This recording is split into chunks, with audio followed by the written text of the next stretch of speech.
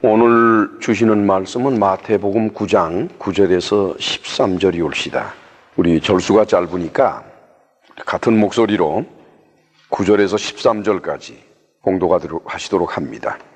예수께서 거기서 떠나 지나가시다가 마태라 하는 사람이 세관에 앉은 것을 보시고 이르시되 나를 좇으라 하시니 일어나 좇으니라. 예수께서 마태의 집에서 앉아 음식을 잡수실 때에 많은 세리와 죄인들이 와서 예수와 그 제자들과 함께 앉았더니 바리새인들이 보고 그 제자들에게 이르되 어찌하여 너희 선생은 세리와 죄인들과 함께 잡수시느냐. 예수께서 들으시고 이르시되 건강한 자에게는 의원이 쓸데없고 병든 자에게라야 쓸데있느니라. 너희는 가서 내가 긍휼을 원하고 제사를 원치 아니하노라 하신 뜻이 무엇인지 배우라. 내가 의인을 부르러 온 것이 아니요 죄인을 부르러 왔노라 하시니라. 이때 바리새인들이 비난합니다. 바리새인들이라고 하는 것은 바리새파에 속한 사람들을 바리새인이라고 합니다. 바리새파라는 게 뭘까요?希腊을 세계 최대 강국으로 만든 사람은 바로 알렉산더 대왕이지요. 알렉산더 대왕이 인도에 이르기까지 넓은 지역을 굉장히 빠른 시간 동안에 정복을 해놓은 다음에 이 사람이 젊어서 죽었어요. 알렉산더가. 그래서 그 사람이 죽은 다음에 그 알렉산더 수하에 4명의 맹장이 있었어요. 위대한 장수가 4명이 있었는데 그 4명이 알렉산더 대왕이 정복한 그 세계를 4개로 나누어서 각자 하나씩 왕국을 만들었습니다. 그 가운데에서 셀루시드라고 하는 왕조는 어디에서 터를 잡았는 거니? 바로 수리아에서 터를 잡았어요. 저 팔레스타인, 그 다음에 그러니까 오늘날로 따지면은 이락 지역 있죠? 이락 지역, 그 다음에 시리아, 무슨 요르단, 이런 쪽, 사우디아라비아, 이런 쪽 지역, 그 다음에 팔레스타인, 이스라엘, 이쪽 지역이 수리아 지역인데 거기에 셀루시드가 왕조가 들어섰고 프톨레미라고 하는 왕조는 이집트에 들어섰습니다. 그래서 셀루시드 왕조와 프톨레미 왕조는 그 이후에 자주 싸우죠. 이 셀루시드 왕조가 거기에 들어서면서 헬라 문명을 왕성하게 전파하기 시작을 했어요. 헬라 문명을. 그래서 원형극장 만들고 굉장해요. 그래서 예루살렘도 도리 없이 그 속에 휩싸여 들어갑니다. 그래서 이스라엘의 유대인들 중에서 대개 재산이 있거나 또는 정치적인 권력이 있거나 한 사람들은 그 헬라 문명으로 휩싸여 들어갑니다. 사두개인들이 거기에 포함이 되어 있죠. 제사장들이 헬라 문명권으로 들어가 버려요. 그 꼴이 보기 싫어서 유대인의 전통을 지키겠다고 나선 사람들이 바로 바리새파들이에요. 바리새파 사람들은 위대한 사람들이에요, 여러분. 바리새파 사람들을 잘 모르면 안 돼요. 이 사람들은 위대한 사람들입니다. 문명과 문화가 헬라로, 히랍, 그리스로 완전히 넘어가 버리는 그 와중에 자기들의 고유 문명과 고유 문화와 고유 종교를 지키려고 피를 흘리며 싸웠던 사람들이 바로 바리새파 사람들이 올시다. 이 사람들은 모세의 율법을 지키되 모세의 율법을 세부적으로 해석하고 세부적으로 적용할 수 있도록 기록해 놓은 미시나를 통해서 지킵니다. 이 사람들이 미시나를 통해서 모세의 율법을 지키는 것은 하나도 잘못된 것이 없어요. 예수께서도 칭찬하신 것이 이거는. 그러나 문제는 자기들이 율법을 제대로 지킨다고 해서 율법에서 벗어난 하마르티아, 율법이라는 길에서부터 벗어난 다른 사람들, 사두개파라든가 이런 다른 쪽 사람들, 그 사람들을 공격을 한 것이 문제입니다. 예수님이 바리새파 사람들을 나무란 것은 그들의 삶의 양식을 가지고 나무라는 것이 아니에요. 그들이 자기가 옳다라는 이유 때문에 자기와 다른 사람들을 비난하고 정죄하고 공격했기 때문에 그것이 나쁘다고 하는 거예요. 자, 여기에 대해서 예수께서 답변을 하시지요. 12절에서 13절 같이 읽어요. 예수께서 들으시고 이르시되 건강한 자에게는 의원이 쓸데없고 병든 자에게라야 쓸데있느니라. 너희는 가서 내가 긍휼을 원하고 제사를 원치 아니하노라 하신 뜻이 무엇인지 배우라.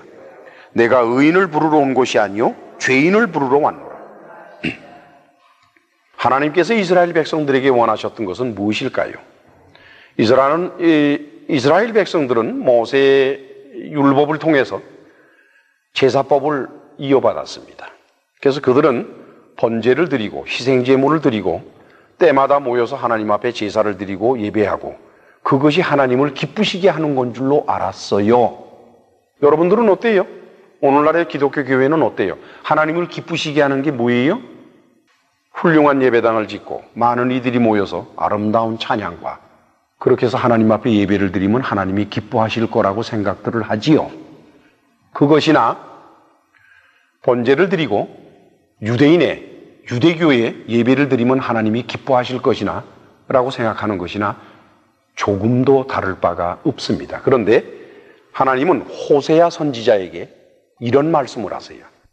호세아서 6장 1절 이하를 보면은 6절에 이런 말씀이 기록이 되어 있습니다. 나는 인애를 원하고 제사를 원하지 않는다. 내 앞에 와서 좀 제사 좀 지내지 마라. 예배하지 말라는 거예요. 번제보다는 하나님을 아는 것을 내가 원한다. 내 앞에 와서 번제 드리지 마라. 그럼 뭘 원하십니까, 하나님? 하나님을 좀 제대로 알아라. 하나님을 제대로 알아라는 거예요. 너희들이 알고 있는 하나님은 틀린 하나님이라는 거예요. 그 하나님은 돈 좋아하고 재물 좋아하고 웅짝거리는 거 좋아하고 많은 사람이 모여서 할렐루야 하면 좋아하고 너희가 알고 있는 하나님은 잘못된 하나님이라는 거예요. 하나님은 참 하나님은 어떤 분이냐? 인애를 좋아하는 거예요. 서로가 서로를 용서하고 서로가 서로를 감싸주고 서로가 서로를 위해주는 인간관계. 그 인애를 하나님은 좋아하시고 그리고 하나님에 대해서 열심히 배우며 하나님을 바로 알기 위해서 성경을 깊이 바라보는 그 사람들을 하나님은 좋아하신다는 거예요. 그래요. 이게 진리인데 이것이 호세아를 통해서 구약의 호세아 선지자를 통해서 하나님께서 주신 말씀이요.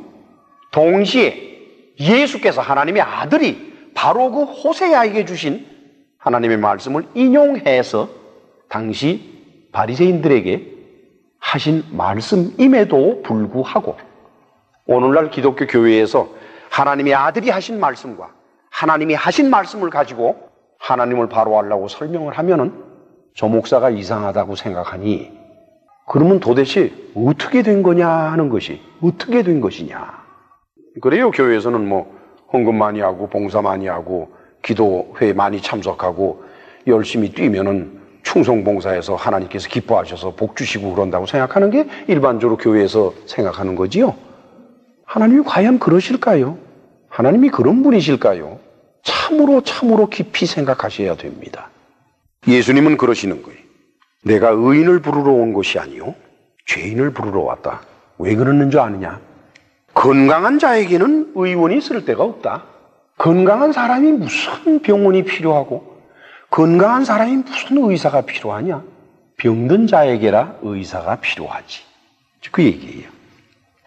이 말씀은요, 참 저와 여러분들에게 많은 생각을 하게 해요. 사도 바울은 로마서 3장 9절에서 18절 사이에 이와 같은 말씀을 기록해 놨어요. 유대인이나 헬라인이나 다 죄 아래에 있다고 기록되었다. 의인은 없나니 하나도 없으며 깨닫는 자도 없고 하나님을 찾는 자도 없고 다 치우쳐 한 가지로 무익하게 되고 선을 행하는 자가 없나니 하나도 없도다. 이거 넌센스 같지 않아요? 이거 유대인에게 하는 얘기인데 유대인들이 하나님을 안 찾던가요? 어이구 유대인들 하나님 찾을 때 보면 난리 나요. 여러분 오늘날도 무슨 뭐 예루살렘의 서쪽 벽 통곡의 벽이라는데 그거 보면 모자 시꺼먼 거 하나 쓰고서 수염 이따이만하게 기르고서는 서가지고는 말이죠. 이러고 저러면서 이거 뭐 이거 하나님 찾는 거지. 그래요 안 그래요? 그런데 바울은 안 찾는데요. 바울이 이러니까 유대인들이 바울을 죽이려고 그러는 거예요. 저희 눈앞에 하나님을 두려워함이 없다 그랬어요. 여러분들 하나님 두려워하지 않나요? 다 두려워한다고 그러는데 바울은 그러는 거예요. 아니라요. 너희들이 하나님을 두려워하지 않는다는 거예요. 참 이상하지요? 우리는 분명히 하나님을 무서워하는데 사도 바울은 아니래네요. 의인은 절대로 없습니다, 여러분. 죄를 전혀 안 짓고 살아가는 사람은 인류 역사 중에 단 한 사람도 없어요. 따라서 여러분들도 예외가 하나도 아니에요. 아, 그거야 저는 옛날에는 죄를 많이 졌는데요. 예수님 믿고 은혜를 받고 난 다음부터는 죄를 안 짓죠. 에이, 거짓말도 너무 잘해. 참 거짓말들을 잘해. 그저 몰라서 그러지. 죄가 뭔지 모르니까. 마음 놓고 자기는 죄를 안 짓는데, 보이는데도 불구하고 얼마나 무서운 줄 알아요? 그 사람의 죄가 보이는데도 불구하고 자기는 죄를 안 짓는데, 율법을 온전히 지키는 사람도 없습니다. 그러므로 율법의 행위로 그의 앞에 의롭다 하심을 얻을 육체가 없나니 율법으로는 죄를 깨닫는 것뿐이지 율법을 지킬 수 있는 사람은 없다. 우리는 의인은 아닙니다. 예수님을 믿었다고 우리가 의인이 되는 것은 아닙니다. 저와 여러분들은 예수님을 믿었다 할지라도 여전히 죄인입니다. 우리는 죄를 짓고 있기 때문에 죄인이에요. 죄인이라고 하는 것은 내 이름이 죄인이라는 뜻이 아니에요. 내가 지금 현재 상태로 내가 죄를 짓고 있기 때문에 내가 죄인인 거예요. 내가 의인이라 그러면은 현재 상태에 내가 죄를 짓고 있어서는 안 됩니다. 그러나 예수 그리스도를 믿고 통회 자복하고 세례받고 또 교회에서 직분을 갖고 목사가 되고 한 이런 사람들까지도 모두가 다 오늘 현재 이 시간 현재 무엇인가 죄를 짓고 있는 거예요. 무엇인가. 자기가 모를 뿐이지. 자기가 인정하지 않는 것뿐이지 무엇인가 죄를 짓고 있어요. 그러면 예수님을 믿어서 내가 하나님 앞에 이렇게 서 있는 상태는 어떠한 것일까? 바울은 이렇게 말해요. 모든 사람이 죄를 범하였음에 하나님의 영광에 이르지 못하더니 그리스도 예수 안에 있는 구속으로 말미암아 하나님의 은혜로 값없이 의롭다 하심을 얻은 자가 되었다. 즉 의롭다 하심을 얻었다는 거예요. 네가 의인은 아니지만 practically, actually 네가 의인은 아니지만 그러나 내가 너의 죄를 묻지 않겠다. 내가 너의 죄를 묻지 않으마. 그러니 네가 의롭다 하심을 받았다. 이런 얘기예요, 여러분. 아주 생각 잘 들으셔야 돼요. 도덕군자 같이 생을 살아가는 분들, 뭐 얼마나 바르게 사는지는 잘 모르겠습니다만 그런 분들을 가만히 보면은요, 예수 안 믿을 때도 의인 행세를 했습니다만 예수 믿고 나서는 더 의인 됐어요. 그냥 난리 나요, 그냥. 얼마나 대단한지. 아닙니다. 참으로 조심해야 되는 것입니다. 그 의롭다 하심을 얻은 상태에 대해서 사도 바울은 로마 4장 4절에서 8절 사이에 복이라고 했습니다. 일하는 자에게는 그 삭을 은혜로 여기지 아니하고 빚으로 여긴다. 여기 바울이 뭐라 그러는군요. 일하는 일꾼에게 삭을 주면은요, 그걸 은혜로 여기지를 않아요. 그건 뭐 마땅히 내가 받는 거지. 여러분 말이죠. 뭐 자기는 죄 안 짓고 자기는 선행을 하고 자기는 참 마음이 바다같이 넓고 자기는 이렇게 생각하는 사람이 천국 들어갈 때 얼마나 떳떳하겠어. 주여! 제가 왔습니다요. 네가 어떻게 왔냐? 제 발로 왔지요. 제 발로. 얼마나 당당할까. 얼마나 당당할까. 그러나 저같이 자기가 스스로 죄를 짓고 있다는 걸 인정을 하고 자기가 죄인이라는 사실을 뼈저리게 느끼며 늘 하나님 앞에서 고개도 못 들고 살아가는 이런 존재들은 천성에 들어가기 전부터 먼 데서부터 기어 들어갑니다. 슬슬 기어 들어가요. 주여, 들어가도 되나요? 제가 왔나이다. 주여, 저를 모른다고 하시지는 않겠지요? 주여, 그러고 들어가요. 벌벌 기어서. 그것을 바울은 뭐라고 말하는 거니까? 이 일을 아니할지라도 경건치 아니한 자를, 못된 자를 의롭다 하시는 이를 믿는 자에게는 그의 믿음을 의로 여겼다 그랬습니다. 일한 것이 없이 하나님께 의로 여기심을 받는 사람의 행복에 대하여 다윗은 뭐라고 말했는 거니까? 그 불법을 사하심을 받고 그 죄를 가리우심을 받는 자는 복이 있다. 주께서 그 죄를 인정하지 아니하실 사람은 복이 있다 그랬어요. 죄가 없는 사람이 복이 있는 게 아니라 죄가 있음에도 불구하고 하나님이 그 죄를 인정하지 않는 사람, 그 사람이 복이 있다. 이것이 바로 의롭다 하심을 받는 것이 옳시다. 따라서 모든 그리스도인들은 다음의 사실을 죽는 날까지 잊어서는 안 됩니다. 잘 들으세요.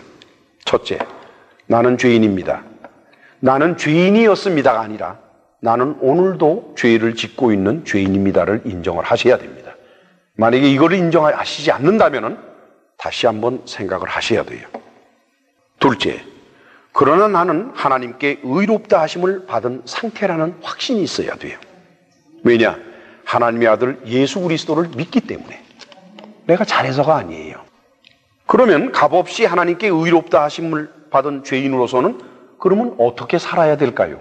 뭐 그런 생각만 하면 다 끝나는 건가요? 어떻게 살아야 할 거 아니에요?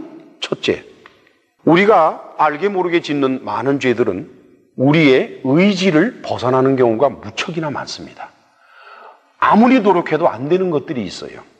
어떤 일을 굉장히 미워하는데 그냥 말 맞다나 꼴도 보기 싫어요. 그냥 그렇게 미워하는데 하나님, 내가 저 사람이 미워서 죽겠는데 저 사람을 미워하지 않게 해달라고 한 달을 기도해도 안 되고 10달을 기도해도 안 되고 10년을 기도해도 안 되는 거예요. 그냥 이거는 그 사람을 미워하는 나의 마음이 어떻게 할 수가 없는 거예요. 그렇죠?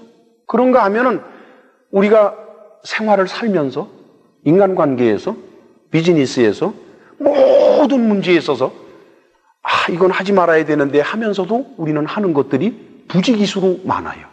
그렇죠?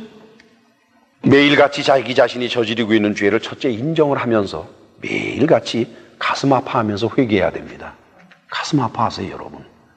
그것이 얼마나 무서운 일인가 하는 생각을 하시면서 가슴 아파해야 됩니다. 두 번째, 내 죄를 용서받은 사람은 절대로 다른 사람의 죄를 들춰서는 안 됩니다. 사회적이건 공적이건 개인적이건 어떤 관계에 있든지 간에 다른 사람에 대해서 그 죄를 비난하거나 그 죄를 공격하거나 그 죄를 가지고 말맞다나 말 밥상에 올려놓고서 하거나 그러시지들 마세요. 전 여러분들이 오늘 이후부터는 참으로 그러시지 마시기를 부탁을 드립니다. 여러분, 제가 목사로서 설교 때 외에 평시에 여러분들과 개인적으로 대화 나눌 때 제가 그런 문제에 관해서 조심하고 있다는 걸 여러분들은 아실 겁니다.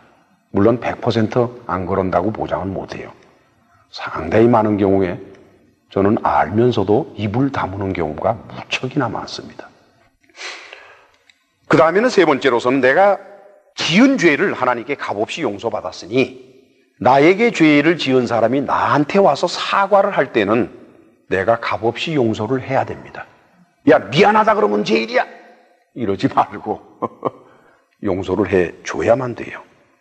물론 그 사람이 와서 사과하지 아니하고 계속해서 나를 괴롭히고 계속해서 내게 악한 일을 하는데 용서하라는 것은 어렵습니다. 그건 하나님께서도 그렇게 말씀 안 하세요. 잘들 하셔야 돼요. 따라서 기독교 교회를 다니거나 스스로 그리스도인이라고 믿는 사람들 중에서 오늘도 자기 자신은 죄를 짓지 않고 살고 있다고 의인인 줄로 믿는 사람은, 그리고 따라서 진실한 회개 없이 살아가는 사람은, 그 사람은 자기가 그리스도인이 아닐 것이라는 것을 꼭 생각을 하셔야 됩니다. 두 번째로, 다른 사람의 죄에 대해서 비난하고 비평하고 공격하고 정죄하는 사람들은 자기가 그리스도인이 아닐 것이라는 생각을 반드시 해야만 됩니다. 예수께서 누가복음 18장 9절로 14절 사이에 이런 말씀을 기록해 놨습니다. 또 자기를 의롭다고 믿고 다른 사람을 멸시하는 자들에게 이 비유로 말씀하시되, 두 사람이 기도하러 성전에 올라가니 하나는 바리새인이고 또 하나는 세리라.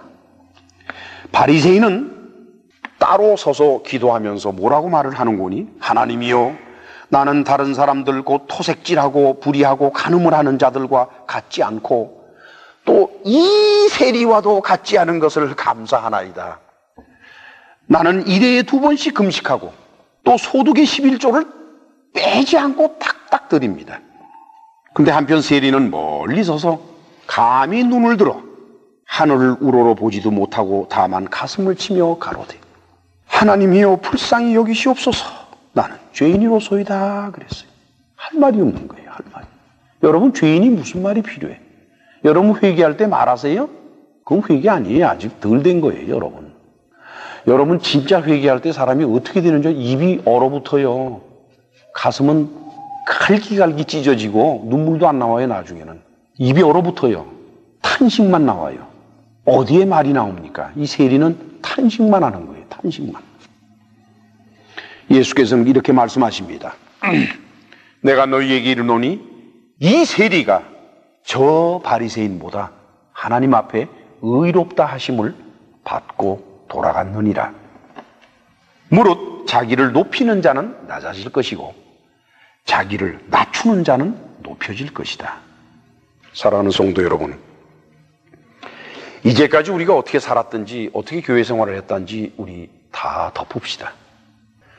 오늘 이후로, 이 순간 이후로는 저와 여러분들이 교회 생활 속에서든지 세상에서든지 다른 교회 사람들이나 다른 교회나 다른 목사들이나 다른 장로들이나 이런 사람들이 무슨 잘못을 저지르고 무슨 문제를 일으켰든지 간에 못 들은 척하고 모르는 척들 하세요. 그거 가지고 흥분을 해서 그러지 마세요. 여러분들이 그걸 가지고 흥분할 때 하나님은 여러분들의 용서해 주셨던 죄를 다시 물으실 겁니다. 정말 천국 가시고 싶으십니까? 다른 사람을 정죄하거나 다른 사람의 죄를 들추거나 다른 사람을 비판하거나 비난하지 마십시오. 차라리 입을 다물고 조용히 귀를 막고 물러서십시오. 기도하십니다. 자비로우신 하나님 아버지, 부족한 정도 생각을 해보면 본이건 본이 아니건 다른 사람의 잘못이나 또는 다른 사람이 곤경에 처한 것을 은근히 마음으로 기뻐하기도 하고 또 그걸 가지고 말잔치를 하기도 했음을 기억하고 있습니다. 주여, 종도 이제 이후로는 그러지 않기 위해서 하나님 앞에 회개하오니 주님께서 우리의 마음속에 그리스도의 마음을 주시어서 우리로 다시는 이런 잘못을 범치 아니하도록 해주시고 우리로 주님 나라 가는 날까지 한순간이라도 그리스도인에서 떠나는 그런 착오가 벌어지지 아니하도록 늘 지켜주옵소서. 예수님의 이름으로 기도하옵나이다. 아멘.